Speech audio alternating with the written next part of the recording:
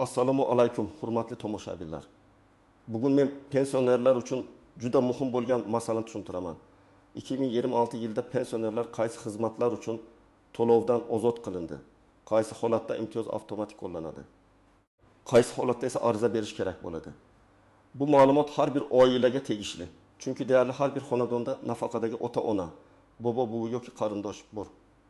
Agar bu qoidalarni bilmasangiz, ortiqcha pul to'lab yuborishingiz, keyin esa uni qaytarib olish uchun vaqtda asab va hujjat sarflashingiz mumkin. Shuning uchun videoni oxirigacha ko'ring. Hozirning o'zida kanalga obuna bo'ling, videoga like bosing. Chunki men bunday masalalarni oddiy tilda, hayotiy misollar bilan tushuntirib boraman. Avvalo bir narsani aniq qilib olaylik. Pensionerlar uchun imtiyoz deganda hamma joyda ham umuman hech narsa to'lamaydi degani emas. Ba'zi xizmatlarda to'liq ozod qilish bor. Ba'zi xizmatlarda ma'lum chegirma bor. Ba'zi xizmatlarda esa faqat alohida toifadagi pensionerlar, masalan yolg'iz yashovchi, nogironligi bo'lgan, urush qatnashchisi, kam ta'minlangan yoki ijtimoiy himoya reyestriga kiritilgan fuqarolar imtiyoz oladi. Mana shu farqni bilish eng muhim masala. Oldin ko'p holatda pensioner har bir idoraga alohida borib, men pensionerman, menga imtiyoz bormi deb so'rashi kerak edi. Bir joyda pensiya guvohnomasini so'rashardi, boshqa joyda mahalladan ma'lumotnoma, uchinchi joyda kadastr hujjati, to'rtinchi joyda bank rekviziti talab qilinardi. Natijada odamlar charchab qolardi. Ayrim pensionerlar baribir imtiyoz berishmaydi deb o'ylab umuman murojaat qilmasdi. Ba'zilar esa kommunal xizmat, davlat xizmati yoki tibbiy xizmatda ortiqcha to'lab keyin bilib qolardi. 2026 yilga kelib asosiy o'zgarish shundan iboratki, pensionerlarning bir qator xizmatlar bo'yicha ma'lumotlari elektron bazalar orqali tekshirilishi kuchaytirildi. Ya'ni idora sizdan har doim qog'oz ma'lumotnoma talab qilmasligi kerak. Pensiya oluvchi ekaningiz, yoshingiz, nogironlik holatingiz, ijtimoiy himoya reyestrida bor yo'qligingiz. Mulk ma'lumotlari ko'plab holatlarda davlat bazalari orqali tekshiriladi. Bu juda muhim, chunki oddiy pensioner uchun eng qiyin narsa bu idoradan idoraga yurish. Men bu videoda sizga 3 ta katta yo'nalishni tushuntiraman. Birinchisi davlat xizmatlari va hujjat rasmiylashtirishdagi to'lovlar. Ikkinchisi ijtimoiy va kommunal yo'nalishdagi imtiyozlar. Uchinchisi tibbiy, transport va maishiy xizmatlarda uchraydigan ozod qilish yoki chegirmalar. Eng muhimi, kim xavotir olishi kerak, kim esa bemalol tekshiruvdan o'tib huquqini talab qilish kerakligini aniq aytaman. Birinchi yo'nalish davlat xizmatlari markazi, elektron xizmatlar va ma'lumotnomalar. Ko'p pensionerlar yil davomida turli hujjatlar oladi. Yashash joyi bo'yicha ma'lumot, oila tarkibi, pensiya miqdori, kadastr ma'lumotlari, kadastr notarial tasdiq, mulk hujjati, kommunal qarzdorlik haqida ma'lumot. Bankka taqdim etiladigan ma'lumotnoma. Bu xizmatlarning ayrimlarida pensionerlar uchun to'lovdan ozod qilish yoki kamaytirilgan to'lov qo'llanishi mumkin. Lekin bu yerda asosiy shart shuki, xizmatning turi va pensionerning maqomi mos kelishi kerak. Masalan, 68 yoshli onaxon yakka o'zi yashaydi. Pensiyasi 1 million 200 ming so'm, farzandlari boshqa viloyatda. U ijtimoiy yordam olish uchun ma'lumotnoma rasmiylashtirmoqchi. Agar u ijtimoiy himoya yagona reyestriga kiritilgan bo'lsa yoki mahalla tomonidan yolg'iz yashovchi pensioner sifatida tasdiqlangan bo'lsa, ayrim xizmatlar bo'yicha undan to'lov undirilmasligi mumkin. Lekin agar shu onaxon oddiy tijorat maqsadida, masalan, uyini sotish uchun notarial bitim qilayotgan bo'lsa, u holda hamma to'lov avtomatik bekor bo'ladi deb o'ylamaslik kerak. Notarial harakatning turi, mulkning qiymati, bitimning mazmuni va qonunda belgilangan imtiyozlar alohida tekshiriladi. Ikkinchi misol, 63 yoshli otaxon pensiyaga chiqqan, lekin ishlashda davom etmoqda. U davlat xizmatlari markazidan kadastr ko'chirmasi olmoqchi. U men pensionerman demak hammasi bepul deb bo'lsa, xato bo'lishi mumkin. Chunki ko'p hollarda imtiyoz faqat pensiya yoshi bilan emas, balki ijtimoiy holat bilan bog'liq. Ishlayotgan pensioner ayrim xizmatlarda oddiy fuqarolar kabi to'lov qilishi mumkin. Shu sababli men har doim maslahat beraman. Kassaga pul to'lashdan oldin xodimdan ushbu xizmat bo'yicha pensionerlar uchun imtiyoz bormi? Qaysi hujjat asosida qo'llanadi deb yozma yoki elektron tartibda aniqlashtiring. Ikkinchi yo'nalish kommunal xizmatlar. Bu eng og'riqli masala. Gaz, elektr, ichimlik suvi, issiqlik chiqindi, ko'p qavatli uyda ta'mirlash, va xizmat ko'rsatish badallari pensionerlar byudjetiga juda katta ta'sir qiladi. 2026 yilda pensionerlar uchun to'lovdan ozod qilish masalasida eng ko'p chalkashlik aynan shu yerda bo'ladi.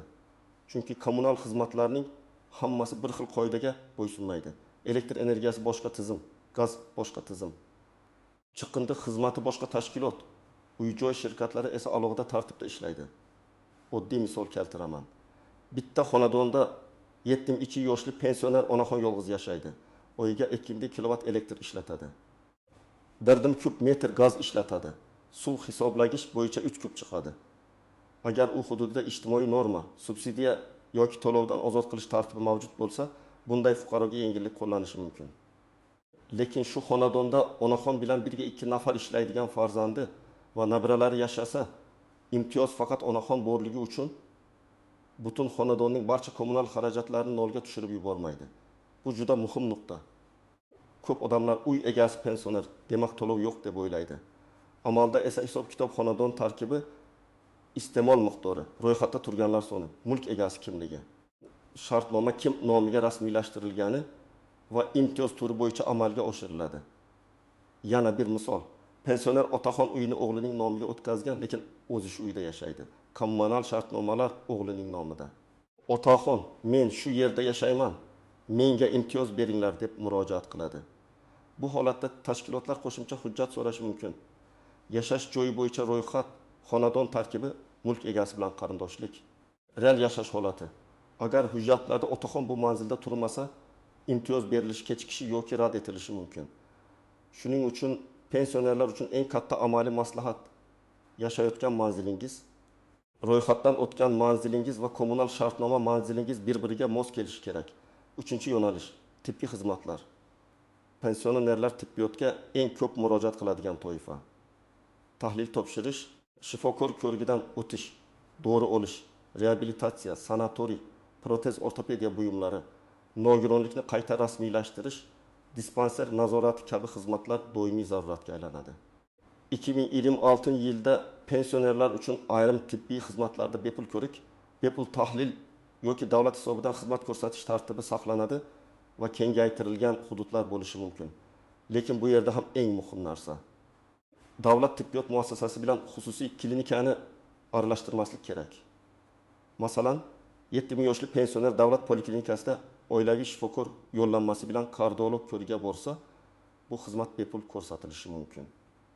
Lekin u xuddi shu kardiologni xususiy klinikada ko'rsa, men pensionerman degan asos bilan to'lovdan to'liq ozod bo'lmaydi. Xususiy klinikada faqat davlat bilan shartnoma bo'lsa yoki maxsus yo'llanma bo'lsa, yoki klinikaning o'z aksiyasi va imtiyozi bo'lsa, yengillik bo'ladi. Shuning uchun shifokorga borishdan oldin 2 narsani so'rang. Bu xizmat davlat hisobidanmi va pensionerlar uchun alohida imtiyoz bormi?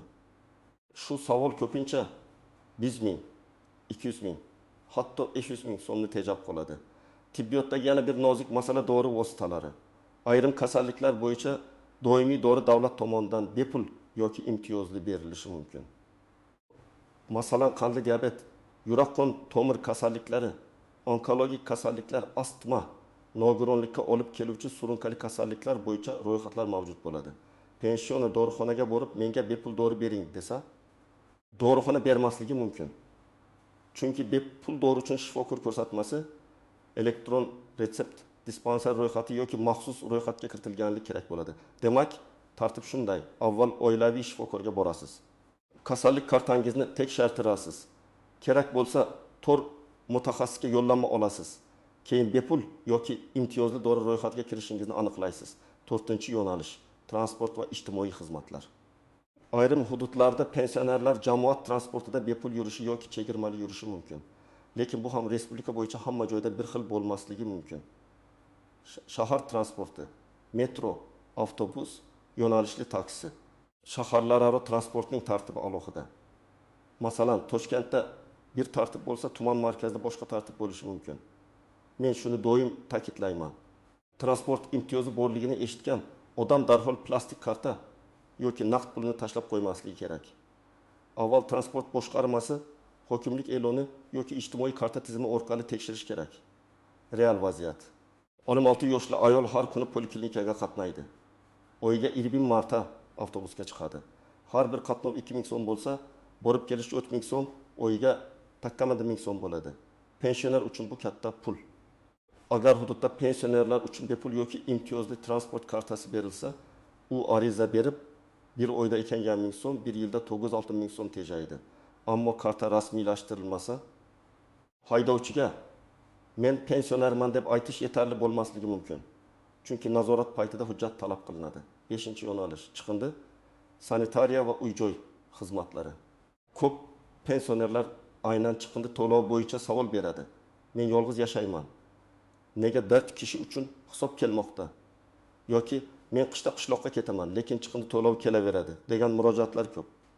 Bu yerda to'lovdan ozod qilish masalasi yashovchilar soni, ro'yxat faktik yashash, mahalla ma'lumotnomasi va xizmat ko'rsatuvchi korxona bazasiga bog'liq. Agar xonadonda aslida bir pensioner yashasa-yu, bazada 4 kishi ko'rsatilgan bo'lsa, har oy ortiqcha hisob keladi. Buni to'xtatish uchun men pensionerman deyish yetmaydi. Bazadagi ma'lumotni tuzatish kerak. Masalan, chiqindi uchun har bir odamga oyiga 60 ming so'mdan hisoblanadi. Bazada 4 kishi bo'lsa, oyiga 32 ming so'm chiqadi. Aslida bir pensioner yashasa 60 ming so'm bo'lishi kerak. Farq 24 ming so'm. Bir yilda 2 ming so'm ortiqcha to'lov. Agar pensioner 3 yil e'tibor bermasa, qariyb 64 ming so'm noto'g'ri qarzdorlik paydo bo'lishi mumkin. Shuning uchun kommunal kabinetlarni, SMS xabarlarni, kvitansiyalarni tekshirib boring. Endi eng muhim qismga o'tamiz. Qayerda odamlar xato qiladi? Birinchi xato, pensiya yoshiga yetganman, demak barcha xizmatlar bepul deb o'ylash. Yo'q, bunday emas. Imtiyoz aniq xizmat turiga, aniq hujjatga, aniq maqomga bog'liq. Yoshi bo'yicha pensioner, nogironligi bo'lgan pensioner, yolg'iz pensioner, kam ta'minlangan pensioner, ishlayotgan pensioner, harbiy pensioner, boquvchisini yo'qotganlik pensiyasini oluvchi shaxs, bularning huquqlari bir xil bo'lmasligi mumkin. Ikkinchi xato, imtiyoz avtomatik qo'llanadi deb kutib o'tirish. Ayrim tizimlarda avtomatik tekshiruv bor. Lekin bazada xato bo'lsa, ism familiyada farq bo'lsa, pasport yangilangan bo'lsa, manzil o'zgargan bo'lsa, mulk boshqa odam nomida bo'lsa, avtomatik tizim sizni tanimasligi mumkin.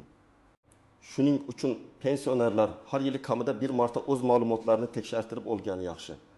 Pasport ma'lumoti, PNFL, ro'yxat manzili, pensiya maqomi, telefon raqami, bank kartasi, kommunal shartnomalar. Uchinchi xato, o'zaki gapga ishonish. Qo'shnimga bepul qilib berishibdi, mahalladagi odam aytdi, internetda yozibdi degan gaplar yetarli emas. Har doim rasmiy manbaga tayaning. Davlat xizmatlari markazi, Mayto'qubuz, mahalla, tuman ijtimoiy himoya bo'limi, kommunal korxona, poliklinika, hokimlik e'loni. Agar xodim rad etsa, qaysi asos bilan rad etilyapti? Menga yozma javob bering deyishdan tortinmang. Yozma javob bo'lsa, keyin shikoyat qilish, qayta ko'rib chiqishni so'rash, ortiqcha to'lovni qaytarish osonlashadi. 4-xato, qarzdorlikni tekshirmaslik.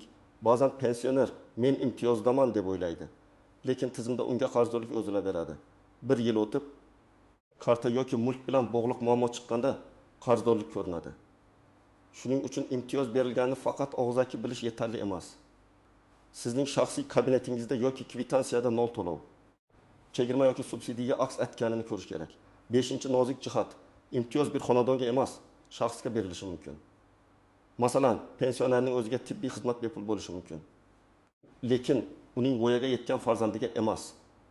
Pensionerning transport kartasi o'ziga tegishli, nabirasi ishlata olmaydi. Pensioner nomiga berilgan kommunal yengillik boshqa manzilga ko'chsa, avtomatik ko'chmasligi mumkin. Buni unutmaslik kerak. Endi men sizga aniq qadamlarni aytaman. Birinchi qadam, hujjatlaringizni tartibga keltiring. Pensionerda quyidagi hujjatlar tayyor turishi kerak.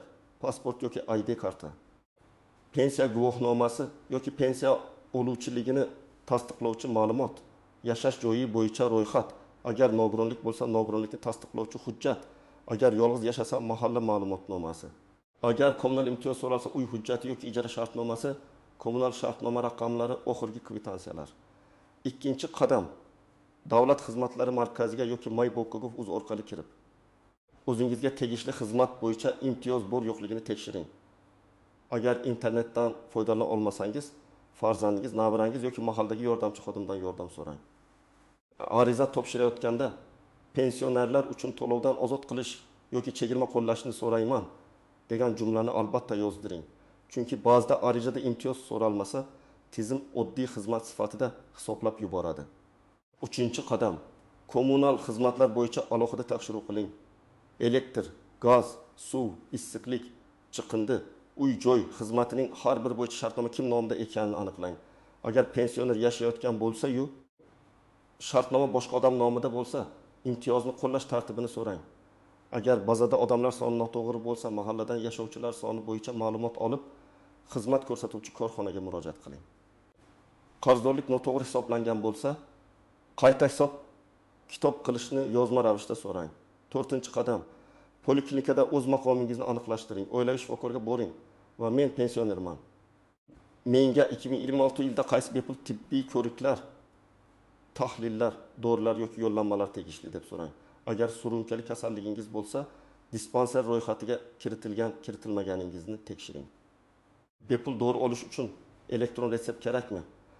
Qaysi dorixonadan olinadi? Qancha muddatda beriladi? Hammasini yozib oling. 5-qadam. Agar sizga imtiyoz yo'q deysa, darhol janjal qilmang. Lekin huquqingizni talab qiling. Xodimdan asos so'rang. Iltimos, qaysi normativ hujjatga asosan rad etilyapti? Yozma javob bering deng. Agar yozma rad javobi bo'lsa, tuman ijtimoiy himoya bo'limiga. Iste'molchilar huquqlarini himoya qilish organiga, hokimlik qabulxonasiga yoki tegishli yug'ori tashkilotga murojaat qilish mumkin.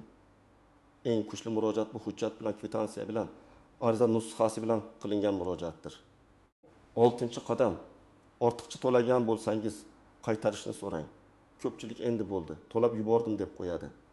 Aslida agar to'g'ri undirilgan bo'lsa, qayta hisob-kitob qilish va keyingi oylarga hisobga olish yoki qaytarish masalasini ko'tarish mumkin. Buning uchun kvitansiyalarni saqlang. Ayniqsa kommunal to'lovlarda bunda. Davlat xizmatlari to'lovlarida va tibbiy xizmatlarda chek juda muhim. 7-qadam. Yaqinlaringizga tushuntiring. Pensionerlarning ko'pi telefon ilovalari, shaxsiy kabinet, elektron ariza bilan ishlay olmaydi. Farzandlar va nabiralar bu yerda katta yordam berishi kerak. Bir marta tekshirib berish orqali ota-onangizning yil davomida 100 minglab, ba'zan million so'mgacha mablag'ini tejab qolishingiz mumkin. Xulosa shuki, 2026 yilda pensionerlar uchun to'lovdan ozod qilish va imtiyozlar masalasi juda muhim, lekin uni to'g'ri tushunish kerak. Hamma xizmat ham avtomatik bepul bo'lib qolmaydi. Imtiyoz xizmat turiga, pensionerning maqomiga, yashash manziliga, hujjatlarning to'g'riligiga va ariza berish tartibiga bog'liq. Eng to'g'ri yo'l hujjatlarni tayyorlash, rasmiy idoradan aniqlashtirish. Arizada imtiyozni alohida ko'rsatish va to'lovdan oldin huquqingizni tekshirish.